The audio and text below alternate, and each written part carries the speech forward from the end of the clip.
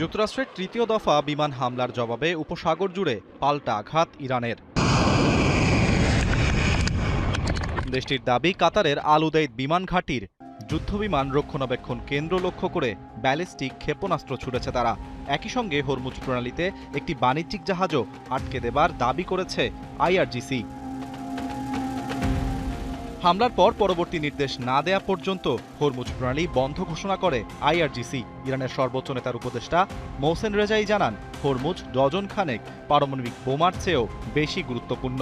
দেশের স্বার্থে যে কোনো পদক্ষেপ নেবার হুঁশিয়ারিও দেন তিনি। এদিকে যুক্তরাষ্ট্রের সেন্টকম জানিয়েছে, সর্বশেষ হামলায় ইরানের ড্রোন ও ক্ষেপণাস্ত্র ঘাঁটি, নৌসক্ষমতা নেটওয়ার্ক এবং উপকূলীয় নজরদারি স্থাপনায় আঘাত হানা হয়েছে। মার্কিন প্রতিরক্ষা মন্ত্রী পিট হেগসেথ বলেছেন, ইরান ভুল সিদ্ধান্ত নিয়েছে, এখন তার চড়া মূল্য দিতে হবে।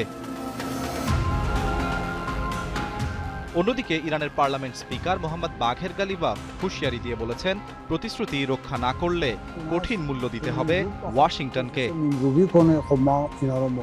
ইরানের হামলার প্রভাব পড়েছে উপসাগরীয় বিভিন্ন দেশেও। কুয়েত জানিয়েছে, তাদের আকাশ প্রতিরক্ষা ব্যবস্থা শত্রুপক্ষের হামলা প্রতিহত করেছে।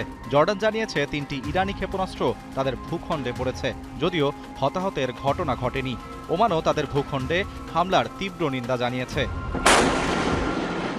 ওমান উপকূলে জিএফএস গ্যালাক্সি নামে একটি বাণিজ্যিক জাহাজে হামলার পর 11 ভারতীয় নাবিকের মধ্যে 10 জনকে উদ্ধার করা হলেও একজন এখনও নিখোঁজ বলে জানিয়েছে ভারতের পররাষ্ট্র মন্ত্রণালয়।